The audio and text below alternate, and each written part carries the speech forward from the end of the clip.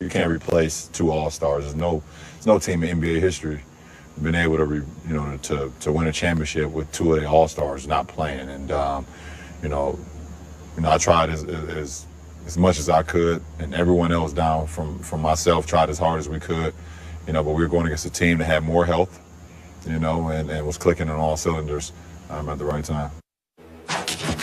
LeBron making light of the fact that injuries to Kevin Love and Kyrie Irving were a major factor why the Cavaliers came up short against the Warriors in the NBA Finals. The Cavs are the favorites to return to the finals this season. Skip, what do you make of LeBron's comments? Stephen A. Smith, I don't want to be too hard on LeBron because it's very, very early. Camps are just now opening. And LeBron and his team are going to be very, very good again this year, quite obviously. But given all that, given how high I set my bar for the great LeBron James, even this early, I did not want to hear him look back at last year's finals and make excuses for what happened. I did not want to hear the great LeBron James deflect any blame onto the injuries to two all-star teammates for what happened in the NBA Finals last year. Because, Stephen A. Smith, I know they all tried hard. They were a little overmatched. Didn't have the depth that they needed to hang in, sustain. But I'm going to remind everybody that the Cleveland Cavaliers were up 2-1 with Game 4 in LeBron's house in Cleveland, Ohio. We were there that night for that game. You want to talk about closing the deal there? If you go up 3-1, I think they're going to close that deal. I thought that was a great opportunity for the great LeBron James to validate his greatness and his all-time greatest case against Michael Jordan.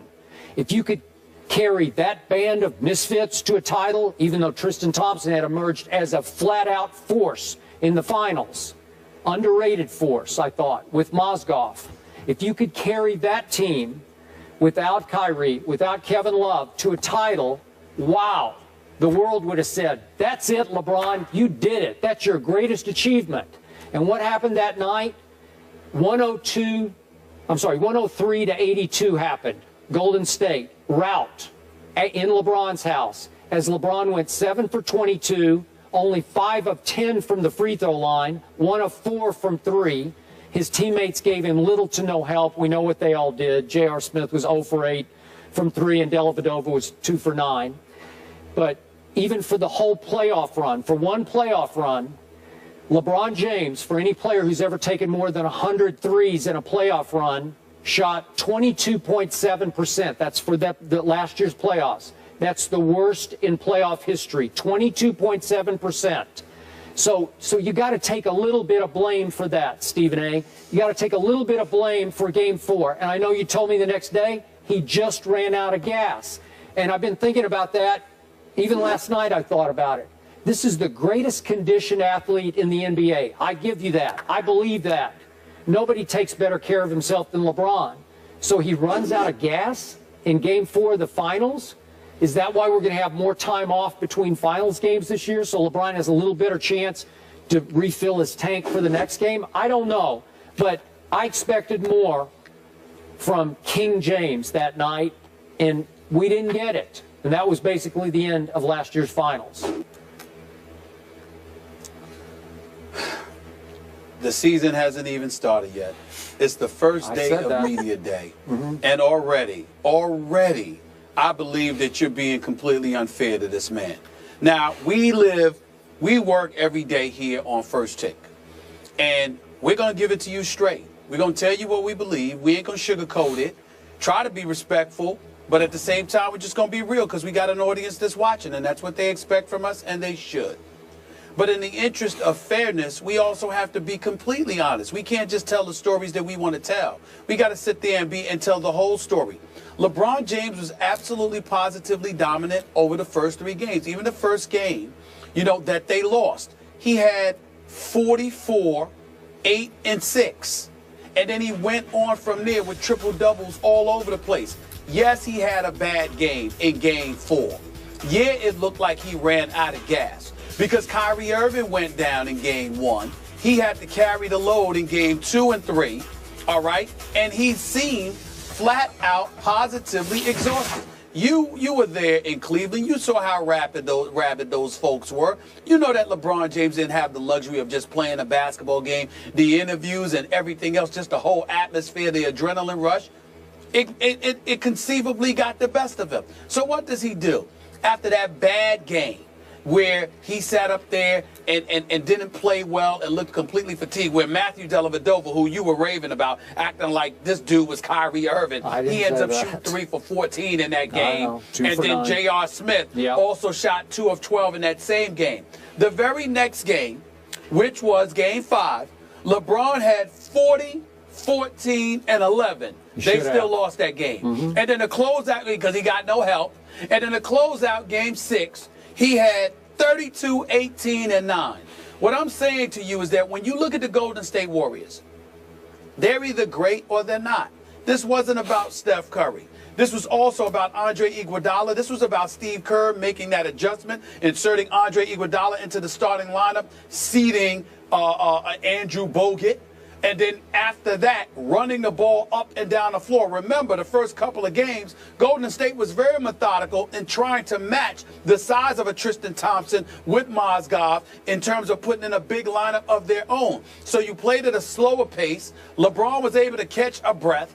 As a result, he wasn't as worn out. And then Steve Kerr made that adjustment. You can't sit there and appreciate the greatness of what we're seeing from Golden State all year long and then ignore that because you want to get on LeBron's performance in one game out of 6 in the NBA Finals where the other 5, the brother showed up. I would be the first to get on LeBron James. Hell, he still hasn't gotten over how I called him out when they played badly against Dallas when he was with Miami. But that is the only thing that I have to say about LeBron, which he openly later admitted that he could have played better in that NBA Finals, similar to James Harden being sensitive because of how he disappeared in the Finals against Miami, which is the only negative thing I've ever said about him, really. But when you look at LeBron and how he played last year in that Finals without Kyrie Irving and without Kevin Love for those last 5 games, and with J.R. Smith, admittedly, being one-dimensional, knowing that he's too talented to just be some daggone spot-up shooter, that he should be doing better than that. There is no question that this is one legitimate time, actually the second time, because the first time he lost to the San Antonio Spurs in 2007, we all knew that their championship was getting to the finals. They had no shot against the Spurs. And last year, after Love and Kyrie went down, come on now, the only hope they had was for LeBron to be LeBron and to get a speck of help. And he got no help offensively those last 3 games. You got to be fair enough to say that, Skip. You can't ask that man to do but so much. That's not right. Can. That's just How many times last year did I agree with you, LeBron James is the best player on the planet? Did I not always say, you're right, he's the best player? Yeah. Okay, so if the best player gets it to 2-1 Cleveland with another game in Cleveland, man, I'm going to expect him to be the best player on the planet that night, and he was not. I also would expect him yesterday to say, you know what, we were up 2-1, and I ran out of gas. If he'd said that yesterday, I'd say, I got it. I feel you, because it sure looked like you ran out of gas. Yes, you would have got on it for saying that. I would not. You would have got on it for saying that. You would have said he must have drank a couple of Sprites, or he must not have worked out, even though he's a workout dude. You would have said something if he had said, I just ran out of gas. Well, yes, you would have. And by the way, Skip, let's keep in mind, I would agree with you. If LeBron spent the rest of the series, had he ran out of gas so much that he had nothing left for games 4, 5, and 6. But the fact is, it was just one game. You know, it ain't about comparing him to Jordan or anybody else. It's about understanding that even though he's the best player in the world, Golden State was the best team in the world last year. They played better than everybody else, and they had more weapons, along with the reigning league MVP, who is the greatest shooter we have ever seen. They went small, and they were running up and down the court. They changed the pace. You also acknowledge that there were some issues with Black.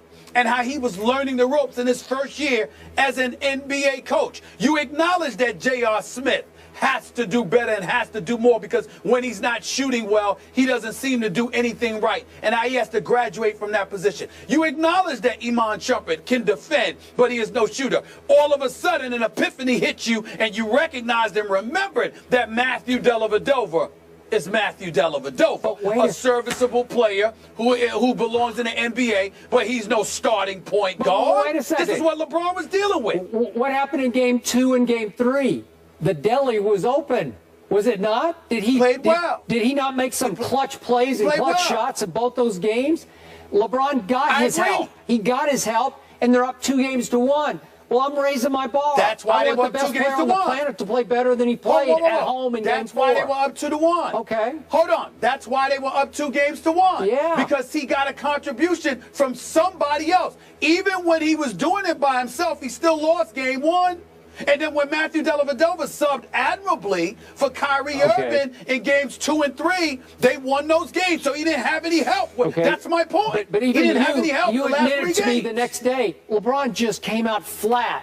He just looked lifeless. He looked without energy. Really? This is a chance to just drop the hammer, and you come out flat.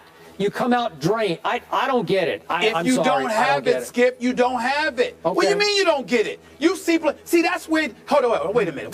Forget all that. That's where you're disingenuous, because you've covered enough basketball to know that some days you don't have it. Now you can't not have it for a series. There's some games you better have it for. But if LeBron had played this way, hold on. If LeBron had played this way in games 4, 5, and 6, you'd have a point. If there were a game 7, then you have a point.